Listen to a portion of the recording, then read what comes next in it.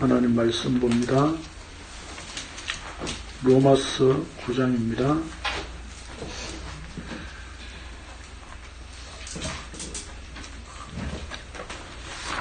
로마서 9장 30절에서 33절까지 같이 읽겠습니다. 시작.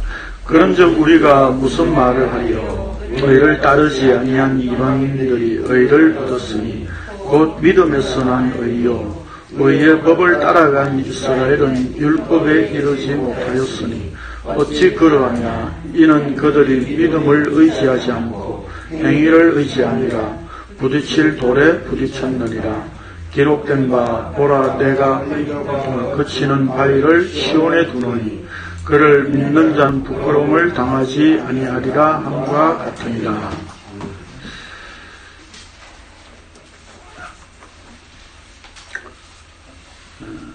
오늘 로마서 51번째 강론입니다. 제목은 걸림돌인데 제목을 보니까 이미 무슨 내용을 이야기할 건지 아시겠죠? 뭐 아시는 분은 뭐 바쁘시면 가셔도 괜찮겠습니다. 그런데 왜 이 시점에서 지금 걸림돌에 대한 이야기를 하고 있느냐라고 하는 거죠. 로마서가 사도 바울이 하나님의 복음에 대해서 처음부터 선언하고 이야기하면서 우리의 죄에 대하여서 길게 설명을 했습니다.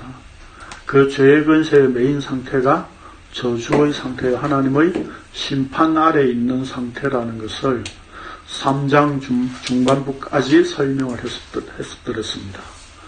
그리고 이제 하늘에서 한 의가 나타났다. 이렇게 선언을 하면서 그 의를 설명을 하고 있습니다. 그러니까 그 하나님의 의는 무엇과 대비해서 지금 설명을 하고 있는 겁니까? 그 앞에 뭐 이야기했다고 그랬죠? 그 넉을 놓고 계세요. 인간의 죄에 대해서 이야기했다고 그랬죠. 하나님의 심판, 저주 아래에 있는 상태의 인간의 죄. 그래서 그 죄라고 하는 것은 단순히 우리의 어떤 행위에 의해서 나오는 것이 아니라 어떤 권세의 메인 상태, 그게 죄라고 그랬죠. 그러면 그 하나님의 의는 결국 무엇과 대비해서 설명하는 겁니까? 답 다 가르쳐 줬잖아요. 네, 죄와 대비해서 하나님의 의를 설명하는 거잖아요. 그러니까 우리의 불의가 의롭지 못한 상태가 죄라는 겁니다. 그렇죠? 네. 그래서 이제 그 하나님의 의를 예수 그리스도로 쭉 설명을 해오다가 왜 예수 그리스도를 바울이 이렇게 강조하고 설명해야 되느냐라고 하는 것을 이제 9장쯤에 와서는 자기도 이스라엘 사람이지만 하나님은 이스라엘을 버렸다. 왜 버렸느냐? 하나님의 약속이 이제 무효가 되었는가? 거기에 대한 설명을 9장부터 이제 하고 있는 거죠. 그러니까 이스라엘이 다 이스라엘이 아니다라고 하는 겁니다. 궁극적으로 구약에서 하나님께서 이스라엘을 선택하신 이유는 뭐라고요? 참 이스라엘 대신 예수 그리스도를 설명하고 보여주기 위한 선택이었다라고 하는 거죠. 그것 때문에 아브라함을 선택하신 하나님에 대해서 설명을 했고 또 이삭이 약속의 씨라고 하는 이야기를 했고 그래서 그 약속의 씨에서 또 에서와 야곱으로 갈라지는 것은 하나님의 사랑이 어디를 향해 있었는가라고 하는 즉 야곱을 향해 있었다는 것을 보여주고 설명했습니다. 그리고는 이제 하나님의 선택이 그러면 반드시 구원할 자, 언약 안에 있는 자만 선택하느냐 그게 아니라 모세와 바로를 선택하신 하나님은 모세를 통해서 참 선지자이신 진짜 이스라엘이신 예수 그리스도를 보여준다면 바로를 통해서는 어떻게 한다고요? 그에게 재앙과 심판을 내리는 것을 통해서 하나님께서 바로를 왜 선택하셨는지, 자기 영광을 드러내기 위해서 선택하셨다는 것을 설명했었습니다. 그걸 증명하기 위해서 그 다음에 무슨 비유를 했죠?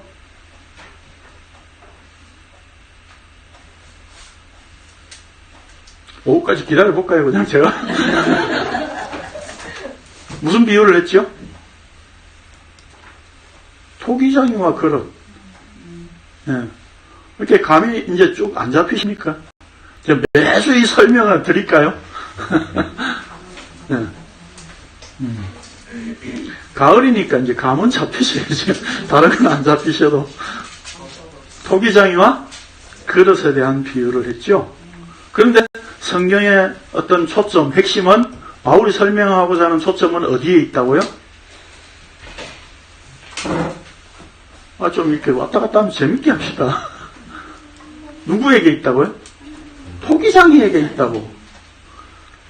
그래서 우리가 그릇을 뭐 준비한다든지, 뭐 그릇을 깨끗하게 해야 한다든지 하는 그런 의미로 그릇을 이야기를 하고 있는 게 아니라고 그랬죠. 네, 그건 그릇된 생각이라고. 기억나시죠, 그거는? 네, 그것만. 네.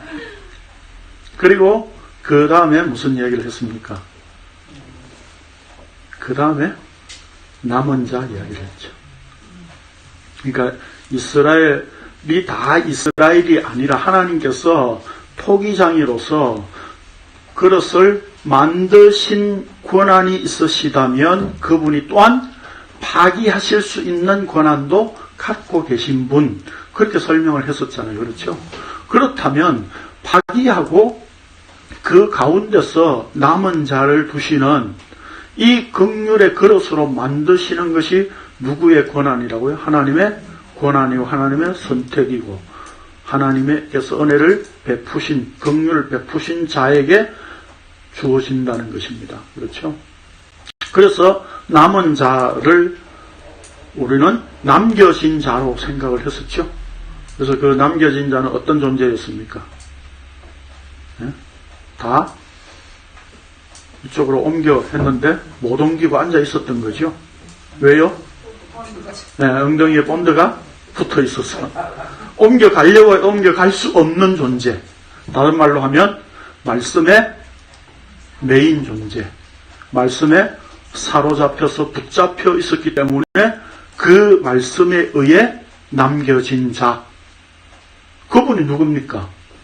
예수 그리스도시라는 것을 우리가 생각했었죠. 그 남겨진 자, 남은 자이신 예수 그리스도 안에 이제 은혜로 부름을 받은 자가 이제 남은 자가 된 거죠. 그것을 우리는 뭐라고 표현합니까? 부자로? 교회, 성도. 네, 그렇게 표현하는 거죠. 네. 그래서 우리가 지난주까지 했던 걸 이제 대충 정리를 했습니다. 네. 길고 멉니다. 자, 교환 보겠습니다. 오늘 이제 본문. 이사야 55장에 보면 이런 말씀이 있습니다. 같이 읽을까요? 시작. 이는 내 생각이 너희의 생각과 다르며 내 길은 너희의 길과 다름이니라. 여호와의 말씀입니다. 이는 하늘이 땅보다 높음같이 내 길은 너희의 길보다 높으며 내 생각은 너희의 생각보다 높음이니라. 이 말씀은 단순히 하나님의 생각이 우리의 생각과는 의견이 조금 다른 정도, 조금 다르다라고 하는 그런 정도를 의미하는 것이 아니라 하나님의 생각이나 계획은 인간의 생각이나 계획과는 전혀 다른 차원의 것이라는 뜻입니다. 하늘과 땅이다 이 말입니다. 땅에서 이렇게 조금 차이 나는 그런 정도가 아니라 인간의 땅의 생각이라면 하나님의 생각과 계획은 어디요? 하늘의 생각과 계획이다 이 말입니다. 그래서 죄인의 습성은 항상 하나님을 자기 수준으로 생각하게 되어 있습니다. 하나님의 수준을 낮추어서 생각한다는 말이라기보다 모든 것을 자기를 위하는 관점에서 하나님을 생각한다는 것입니다. 다시 말해서 우리의 신앙이란 자신의 입장에서 하나님을 이용해 먹으려고 하지 하나님의 말씀이나 하나님의 일하심을 생각하지 않고 하나님의 뜻에 맞추려는 마음이 아니라는 말입니다. 그러니까 우리가 이제까지 교회 생활 해오면서 늘 생각했던 게 뭐예요? 하나님을 기쁘시게 하자 하면서도 실제는 뭡니까? 하나님이 내 기분 맞춰주십시오 이거였잖아요. 그렇죠? 내가 기분이 좋으면 하나님 나 천국 갈 것 같아요 이거고, 내 기분이 좀 다운돼 있으면 어떻게 해요? 나 천국 못 갈 것 같아 이런 거였잖아요. 그래서 우리의 감정의 기복에 따라서 뭐 천국도 지옥도 이렇게 왔다 갔다 하는 어떤 그런 교회 생활이었잖아요. 그렇죠? 그래서 성경 좀 읽고 좀 교회 봉사하고 일요일날 예배 좀 안 빠지고 다 하루 참석하고 이제 일요일날 주일날 오후에 집에 들어가면 이제 뿌듯한 거죠. 그때는. 그렇죠? 예. 오늘 뭔가 했어. 예. 하나님을 기쁘시게 했어. 그런 걸로 살아왔었던 거예요. 그걸 교회 생활이라고 하는 겁니다. 다른 말로 하면 종교 생활이고요. 예. 좀 더 심하게 표현하면 여가 선용입니다. 예. 취미 생활이고. 성경이 하나님의 말씀이라는 의미는 하나님의 자기 계시라는 측면에서 하나님의 말씀이라고 해야 합니다. 즉 하나님께서 자신의 뜻을 말씀으로 계시하신 책입니다. 그러니까 성경을 우리가, 제가 전에 이 질문 다른 분들한테 이야기할 때 질문과 답을 다 이렇게 만들어 드렸죠. 네. 처음 들으시는 것처럼 이렇게 쳐다보십니까? 네. 성경이 하나님의 말씀이야 이렇게 물어보라 그랬죠. 네. 교회 다닌다는 사람들한테. 네. 그럼 하나님의 말씀이라고 하지요. 그럼 왜 하나님의 말씀이야 이렇게 물어보셔야 돼요. 물어보면 뭐라고 답합니까 보통? 다 하나님의 말씀이니까 하나님의 말씀이라고 하지 그러잖아요. 네. 그럼 또 다른 답변이 있습니까? 근데 이렇게 이제 질문하셔야죠. 그러면 성경에는 욥의 친구들의 되도 안 한 말도 있고 마귀의 말도 있고, 그런데 이걸 다 어떻게 하나님의 말씀이라고 할 수 있느냐 이 말이에요. 그거 질문 한번 해보십시오. 교회 다닌다는 사람들, 답변할 수 있는 사람들 제가 볼 때는 거의 없습니다. 그렇기 때문에 성경이 하나님의 말씀이다 라고 말할 때 그 의미는 어떤 의미에서 우리가 이해해야 되죠? 하나님의 자기 계시. 그러니까 하나님은 욥의 친구들의 그 되지도 않는 말, 마귀의 말들, 선지자의 말, 왕의 말, 이런 것들을 통해서 다 종합해서 하나님 자신을, 그걸 통해서 하나님 자신을 드러내고 보여주신다 이 말입니다. 그래서 성경은 하나님의 말씀이라고 하는 거예요. 그래서 그걸 간단하게 표현하면 하나님께서 자신의 뜻을 말씀으로 계시하신 책이다 라고 하는 겁니다. 그래서 카드 칼럼을 통해 제가 이렇게 전달 안 해드렸죠? 저 카페에 올려놨나요? 네. 그 의미는 바로 이런 어떤 좀 설명이 필요한 그런 내용입니다. 간단하게 제가 했지만, 그렇게 깊은 의미가 들어있으니까 그런 내용을 이렇게 좀 이렇게 머릿속에 숙지하시면 우리가 말씀을 이해하고 전달하는데 많은 도움이 되리라 생각이 됩니다. 자, 어쨌든 그렇게 해서 우리가 하나님의 그런 관점에서 하나님의 말씀이라고 우리가 이해된다면 이제 그 하나님의 말씀인 성경은 우리가 어떤 관점에서 이해해야 되는가 하고 하는 것이 이제 잡히는 거죠. 그게 뭡니까? 어떤 성경 본문을 통해서든지 내가 뭘 해야 되느냐가 아니라 하나님 자신이 어떤 분인가, 하나님 자신을 어떻게 보여주고 드러내고 있는가, 모든 본문을 대할 때 우리가 이렇게 봐야 된다는 겁니다. 자, 그렇다면 성경의 언어는 우리가 사용하는 언어일지라도 그 내용은 우리의 생각과는 전혀 다른 차원의 것입니다. 그렇기 때문에 성경을 우리의 관점에서 이해해서도 안 되고 우리의 사정에 맞게 적용해서도 안 됩니다. 어디까지나 하나님께서 자신을 나타내신 것에 초점이 맞추어져야 합니다. 하나님께서 자신을 계시하신 것에 초점을 맞춘다는 의미는 인간이 자신의 모든 행위를 부정하고 의지하지 않는다는 것을 말합니다. 그러니까 우리가 성경을 하나님의 자기 계시라고 하는 관점에서 보게 되면 거기에 일단 뭐가 제거된다는 겁니까?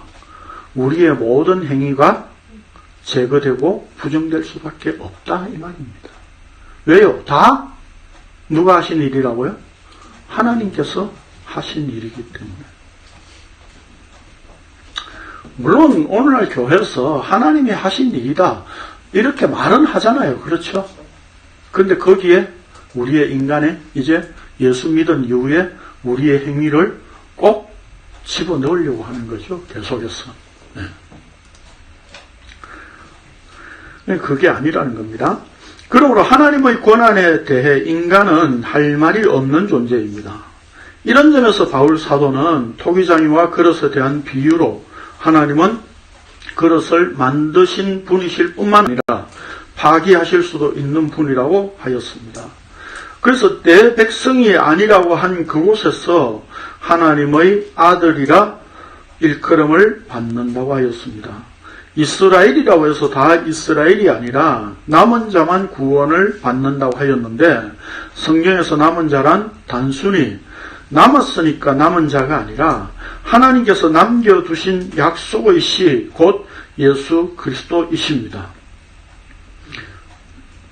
결국 약속의 씨이신 예수 그리스도에 의해 장녀이고 음란한 여자와 같은 자, 소돔과 고모라와 같은 자를 불러 주님의 몸된 교회요 성도가 되게 하신 것이 하나님께서 궁극적으로 계획하신 일이었습니다. 우리 초등학교 어린아이가 학교에서 이게 더하기 빼기 공부하잖아요. 그렇죠? 그래서 사과가 5개 있는데 2개를 먹었습니다. 몇 개가 남았을까요? 그러니까 그 초등학생이 2개. 왜냐하면 우리 할머니가 먹는 게 남는 거라고 그랬다고.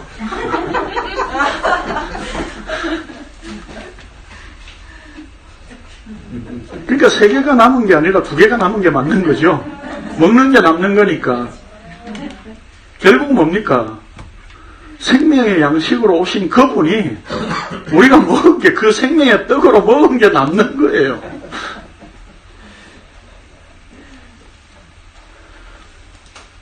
그래서 바울 사도는 이제까지 말한 것에 대한 작은 결론을 짓기 위해 그런적이라는 말을 씁니다. 헬라어로 운이라고 하는 건데 영어로는 then이고 이 말을 좀 풀어서 하면 그러므로, 그러면이라는 단어를 사용하는 겁니다.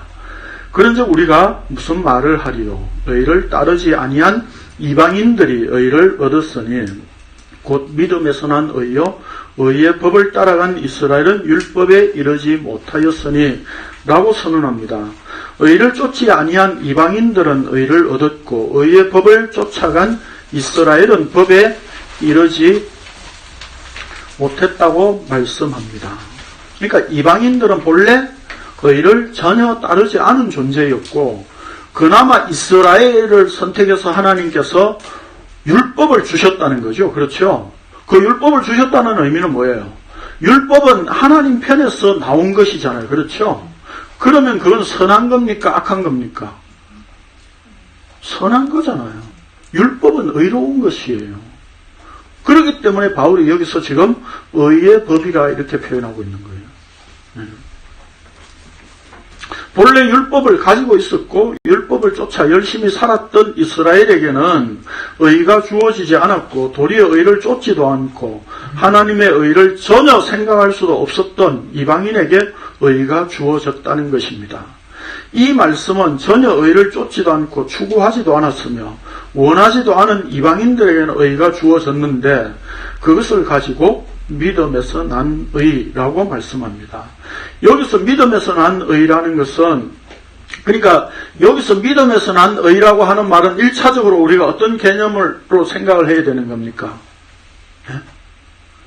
우리의 행위에서 나온 것이 아니고 우리가 원했던 것이 아니었다 라고 하는 것이 이미 전제되어 있는 겁니다. 그렇죠? 예. 그래서 여기 믿음에서 난 의라는 것은 내가 믿었습니다. 그래서 나는 의를 받았습니다. 라는 식으로 생각할 수 있는 믿음이 아닙니다. 지금 대부분의 한국교회 교인들이 가지고 있는 믿음에 대한 생각은 바로 이런 거죠. 나는 믿는데 너는 왜 못 믿냐고. 그럴 때 나는 믿는데 라고 할 때 그 믿는다는 말은 뭡니까? 자기 행위다 이 말입니다.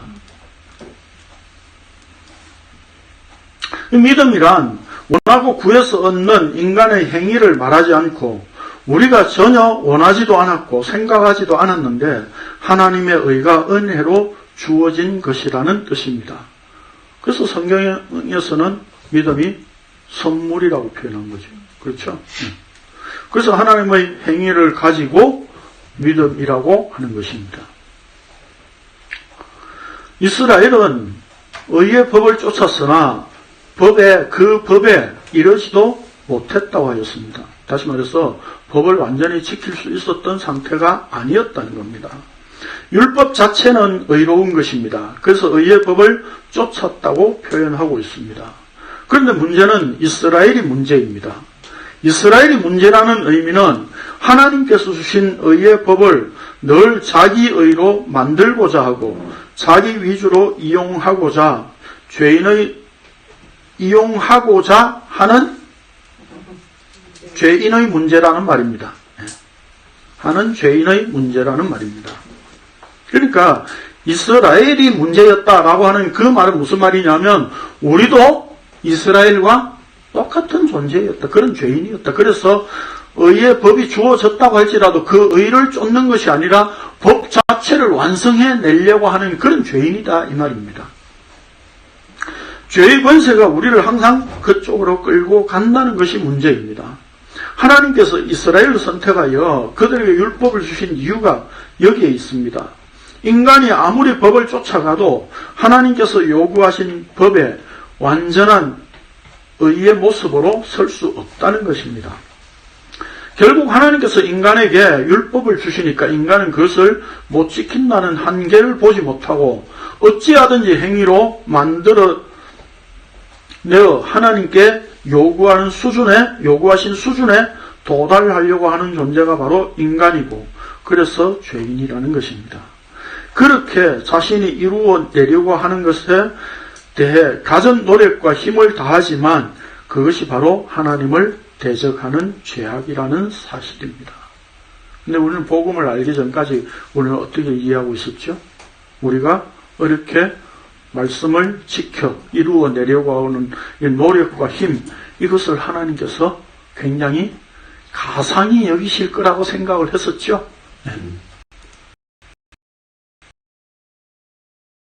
것이었다 이 말입니다. 바울이 고백했던 게 그거 아니었습니까? 그렇죠? 자기가 교회를 핍박하고 하는 이 모든 것들이 하나님을 위해서 한다고 생각했는데 보니까 예수를 핍박하는 것이었다. 그걸 고백을 하고 있던 거 아니었습니까? 그렇죠?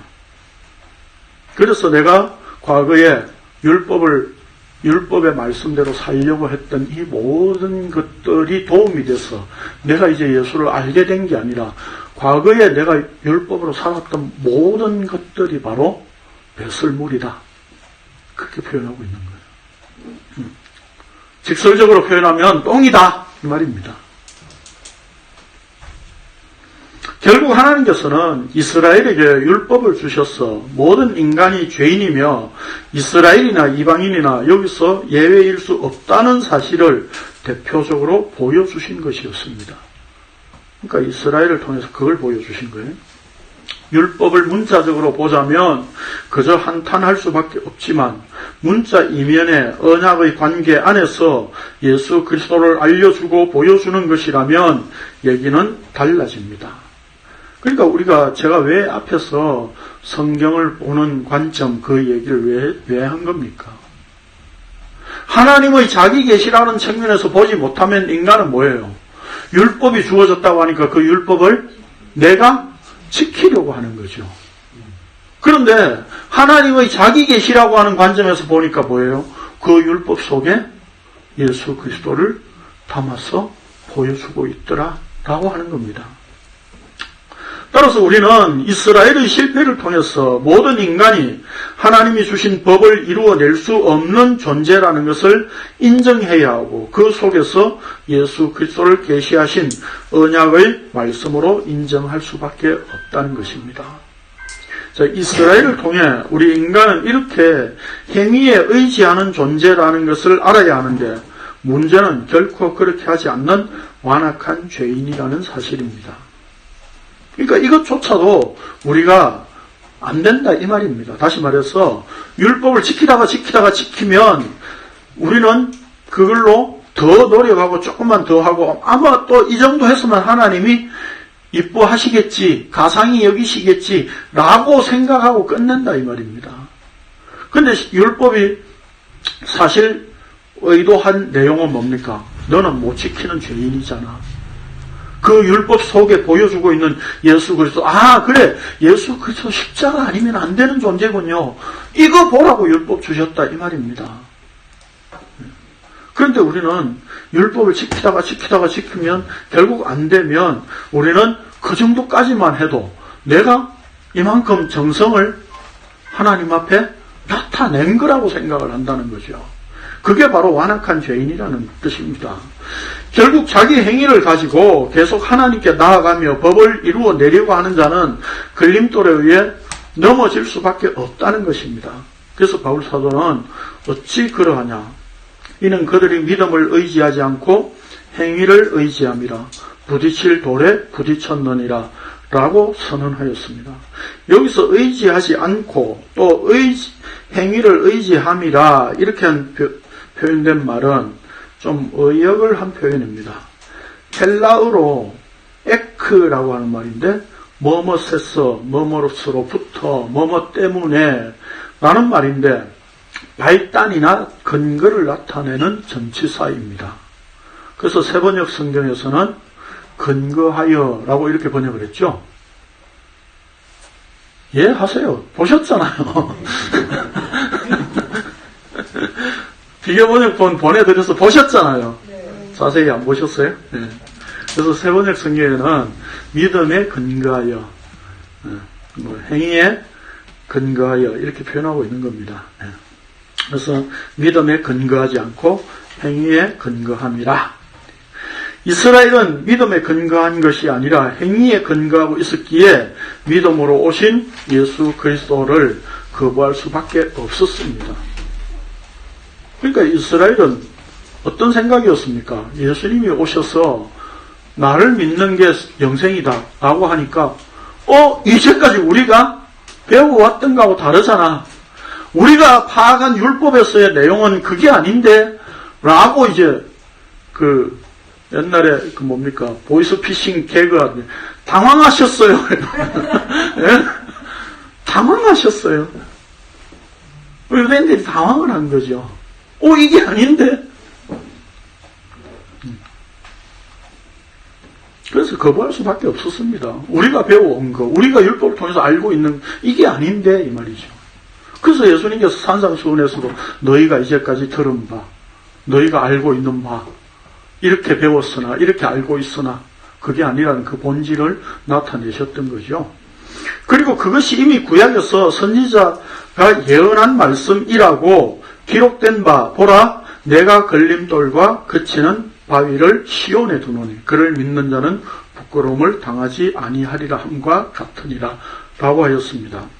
여기 부끄러움을 당하지 않는다라고 하는 말은 로마서 초두에 하면서 이미 설명을 드렸었습니다. 네.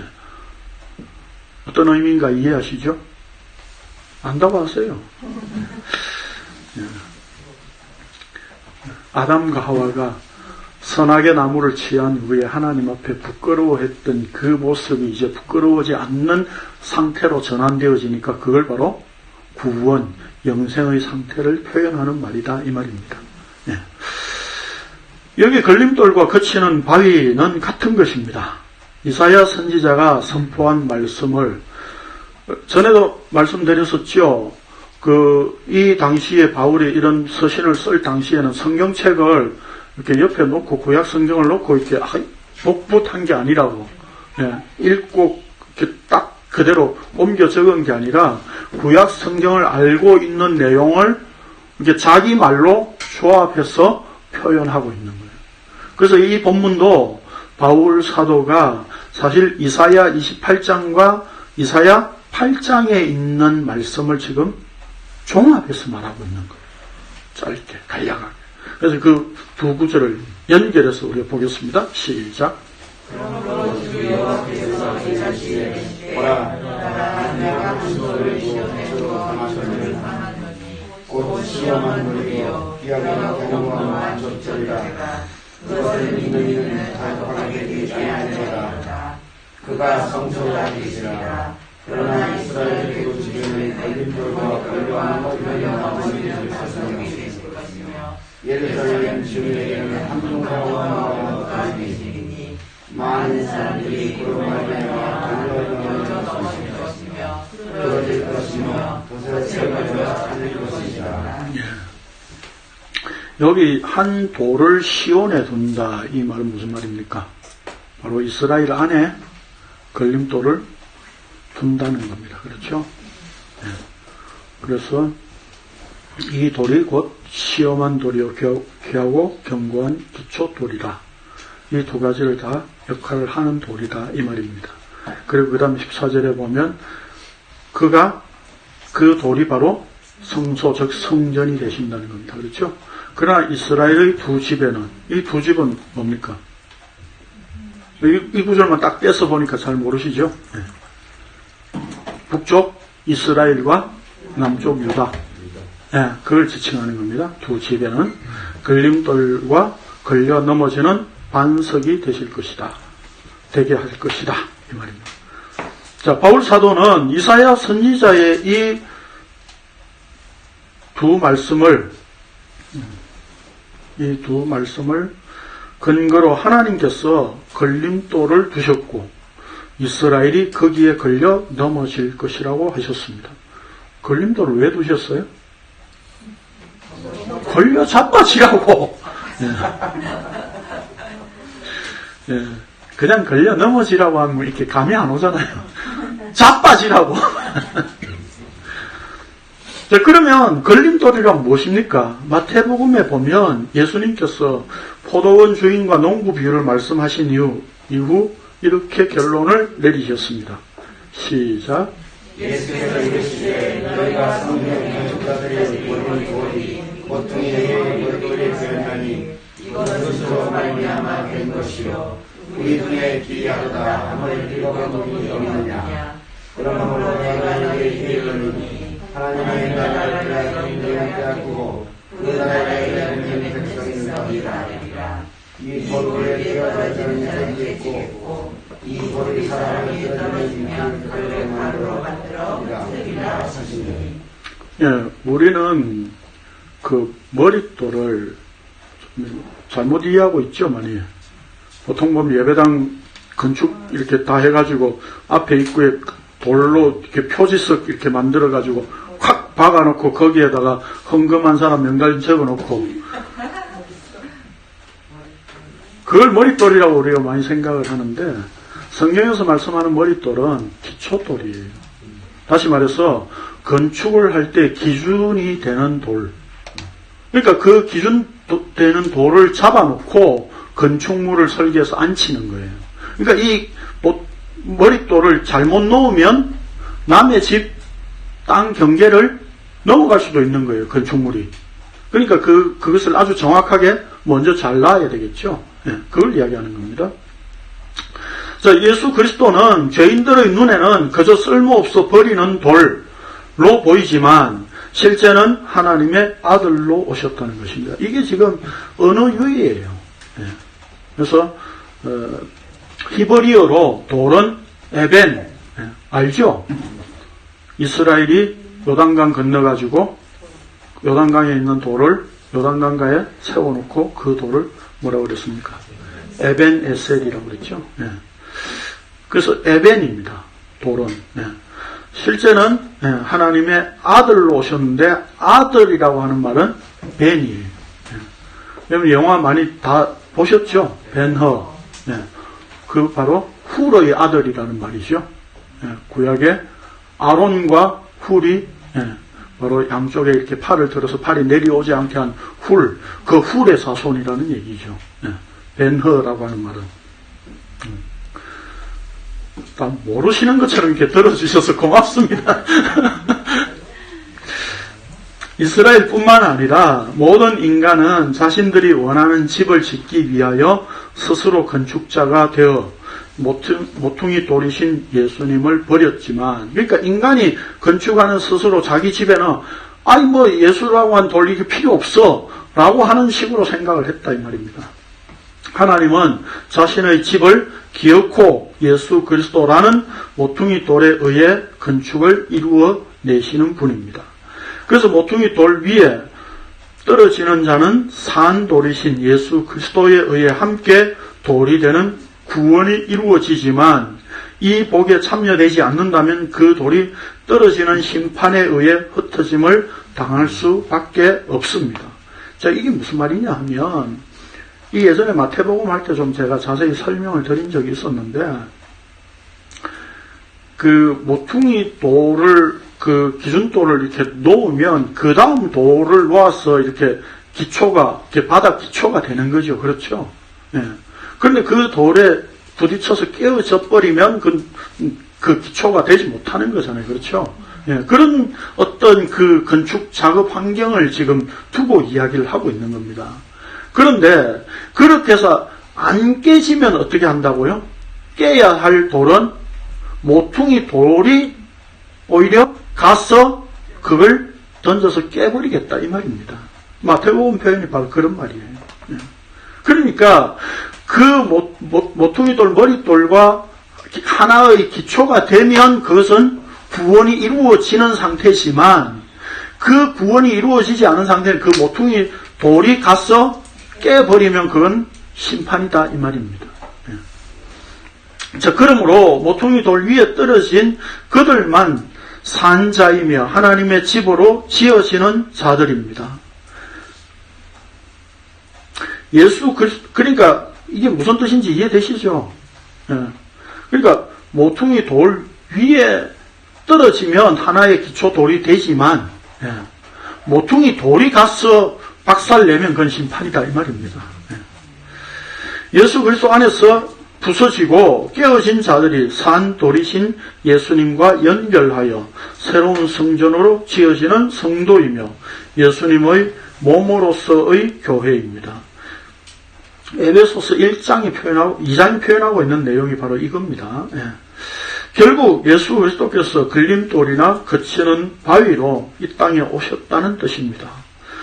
베드로 사도는 로마서 본문과 같이 아주 정확하게 이 내용을 구약을 동일하게 인용하면서 이렇게 선포하고 있습니다. 좀 긴데 너무 설명을 베드로 사도 자체가 설명을 너무 잘 하고 있기 때문에 우리가 같이 읽겠습니다. 끝까지 시작. 사람의 이름은 버림받아 되었으나 하나님께는 택하심을 입은 보배로운 산돌이신 예수께 나아가 너희도 산돌같이 신령한 집으로 세워지고 예수 그리스도로 말미암아 하나님께 대적하게 신령한 제사를 드리는 거룩한 제사장이 될지니라. 성경에 기록하였으되 보라 내가 택한 보배로운 모퉁이 돌을 시온에 두르니 그를 믿는 자는 부끄러움을 당하지 아니하리라 하였으니 그러므로 믿는 자에게는 보배로나 믿지 아니한 자에게는 투자자에게 버린 그 돌이 모퉁이에 돌이 되고 또한 그 기층을 돌아 여러 넘어지게 하는 바위가 되었다 하니라.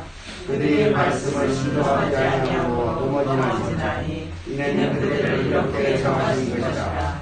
그러나 너희는 택하신 족속이요 왕 같은 사람들이요 거룩한 나라요 그의 소유가 된 백성이니 이는 너희를 어두운 데서 불러내어 그의 기이한 빛에 지체에 들어가게 하시니 아름다운 것을 성공하려 하였습니다. 너희가 전에는 백성이 아니었더니 이제는 하나님의 백성이요 전에는 긍휼을 얻지 못하였더니 이제는 긍휼을 얻으리라. 예. 여기 지금 4절에서 10절까지 길게 우리가 읽었는데요. 우리의 여기 이 본문 말씀에서 관심이 눈이 어디에 갑니까? 어느 구절에 가죠? 택하신 족속이요. 왕같은 제사장이요. 이런 데 가죠. 예. 근데 8절 맨 끝에 보면 뭐라고 되어 있습니까? 그들이 넘어지는데 그들을 이렇게 정하신 것이라. 내게 능력 주시는 자 안에서 내 모든 것을 할 수 있느니라. 이런 데 줄치지 말고 이런 데 줄치세요. 그러니까 이스라엘을 하나님께서 선택하셨는데 뭐 하도록 선택하셨다고요? 넘어지도록 정하셨다니까요. 다른 말로 자빠지도록 정하셨다니까요. 예? 바로 예수 그리스도 그분이 이 땅에 산돌로 오셨을 때에 그 돌을 건축자들이 버린 돌과 같이 되는 돌로 버려버리는 그런 상태로 넘어지는 그게 이미 정해놓은 거다 이 말입니다. 하나님께 계획 안에 있던 거라는 얘기입니다.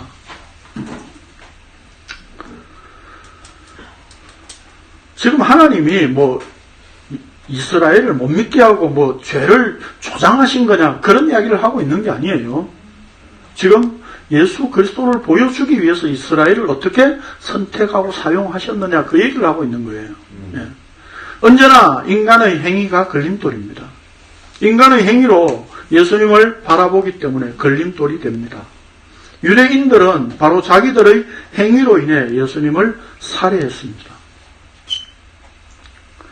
의의 법을 쫓아갔기 때문에 자신을 믿음으로 나타내신 예수님을 죽일 수밖에 없었습니다.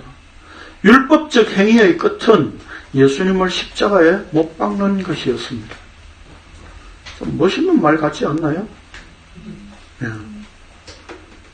제 머리에서 이런 발언이 나온 게 신기합니다. 저도. 율법적 행위의 끝은 예수님을 십자가에 못 박는 것입니다. 베드로 사도의 표현대로 이스라엘은 넘어지도록 하나님께서 그렇게 정하셨습니다. 이스라엘이 그렇게 되었다는 것은 모든 인간이 십자가 예수 그리스도에게 걸려 넘어지게 되어 있다는 의미입니다. 그러나 오늘날 교회는 가능하면 걸림돌을 제거하려고 합니다. 십자가라는 것이 혐오스럽고 사람들에게 별로 매력이 없는 것이기 때문에 십자가, 피 이런 이야기는 하지 않는 것이 교회 나오는데 거부감이 들지 않을 것이라 착각하고 있습니다. 그래서 여러분 그 미국에 뭡니까 조엘 오스틴 이런 사람들 그리고 또 예전에 크리스탈 처치의 로버트 슐러 목사 이게 우리나라 사람이 아니니까 마음대로 그냥 이름 들먹입니다 제가. 거기에 십자가 없어요. 십자가를 안 세운다고 그럽니다. 그리고 설교 시간에 단 한 번도 죄에 대하여서 언급하지 않는다는 거예요. 왜? 사람들이 싫어하고 피곤한 일주일 지내왔는데 교회 와서만큼은 편안하게 하나님의 복음을 들으라 이런 뜻이라는 거죠. 그 죄, 이런 거부감이 있는 그런 말은 하지 않는다는 겁니다. 그런데 오늘날 교회 역시 마찬가지잖아요. 죄 이야기는 하지만 실제 그 죄가 우리의 가장 어떤 치명적인 어떤 권세 아래 메인 그런 것으로 말하지 않는다는 것이죠. 그래서 우리가 행위를 하면 죄가, 나쁜 행위를 하면 죄가 나오고 나쁜 행위를 하지 않으면 죄가 안 되는 것처럼 그렇게 죄를 설명하고 있다 이 말입니다. 그래서 교회는 이런 어떤 사람들이 거부감을 가지는 용어들을, 말들을 하지 않기로 작정한 거예요. 근데 우리는 매주 모일 때마다 죄 이야기하죠. 싫은 소리 하는 거죠. 그렇죠? 왜요? 그 복음은 하나님의 의는 무엇과 대비해서 설명되어진다고요? 죄와 대비해서 설명되어진다고요. 그렇기 때문에 죄 이야기를 안 할 수가 없는 거예요. 주님의 몸된 교회는 걸림돌을 제거하는 모임이 아니라 걸림돌을 놓는 모임입니다. 아니 여기 오셔서 우리가 여기 왜 오셨어요? 여기 오셔가지고 마음 편하게 맛있는 밥 먹고 그렇게 웃고 떠들다가 가기를 원하십니까? 예? 전 지금 걸림돌을 놓고 있는 거예요. 걸림돌이 예수입니다. 그 예수는 우리의 죄를 먼저 공격합니다. 그 얘기를 제가 지금 하고 있는 거예요. 그래서 교회는 날마다 이 걸림돌을 넘는 모임이어야 됩니다. 교인들이 교회에 찾아 나오는데 어려움이 있다면 언제든지 무엇에든지 제거할 용의가 있습니다. 마치 목회자는 교인들에게 걸림돌을 제거해주는 선한 목자로 존재하는 것 같습니다. 그래서 대표적으로 요즘 교회들이 뭐라고 이야기합니까? 당신 신방 가는 거 불편하십니까? 그럼 우리를 억지로 신방 가자고 안 하는 교회입니다. 헌금하는 게 불편하시고 힘드십니까? 그게 걸림돌이 되십니까? 우리는 헌금 잠자리채 같은 걸로 거두지 않겠습니다.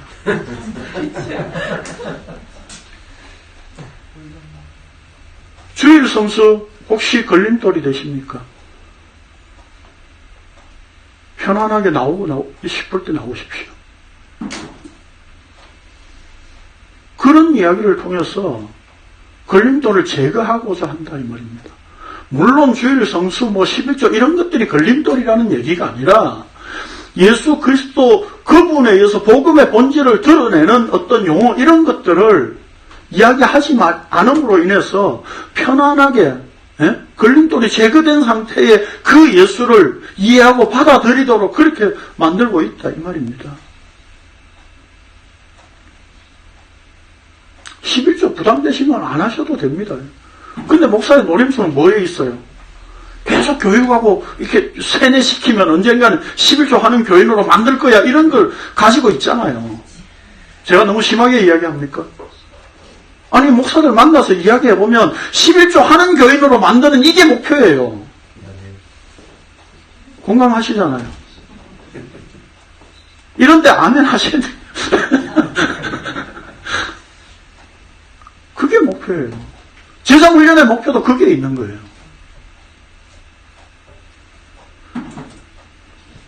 이게 교회입니까? 우리는 거기에서 이제 벗어나 있습니까? 아니잖아요. 우리도 당장 이제 돈을 내야 할 그런 어떤 상황이 왔어요.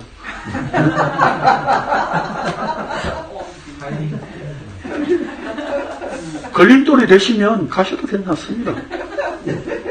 마음 상하면 안 하셔도 괜찮아요.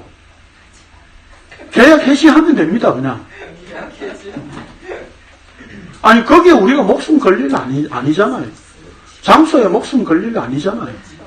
그런데, 이 목사인 저부터 밤잠이 설쳐지면서 거기에 뭐 놔야 될까, 뭘 놓고 어떻게, 네, 검색해요. 강대상 싼 게 중고 뭐 있나, 예?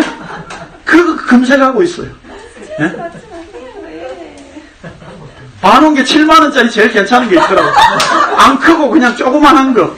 그거 하나 놓으려고. 그러고 있어요. 네? 그러니까 저부터 안 되는 거예요. 네? 그러니까 우리가 새집 이사 가면 그 집에 뭐 채워 넣을까 그것부터 고민하고 걱정하는 그런 존재잖아요. 이 존재에서 우리가 벗어날 수 없잖아요. 그래서 우리가 날마다 이것들이 우리에게 이 모든 것들이 이 땅의 것들이 걸림돌이 혹시 되지 않는가 라고 하는 것을 그 예수 그리스도에 비추어서 날마다 생각해 보라고 우리에게 지금 이 현실을 하나님께서 주고 계신 거예요.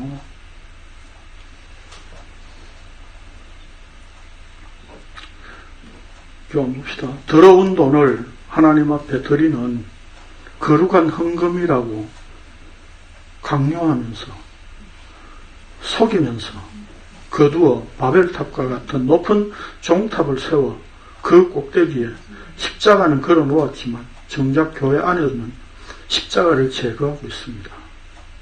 복음의 본질을 될 수 있는 한 가리면서 십자가를 강조하고 있는 듯이 십자가 종탑을 한 개도 모자라서 2개씩이나 만들죠.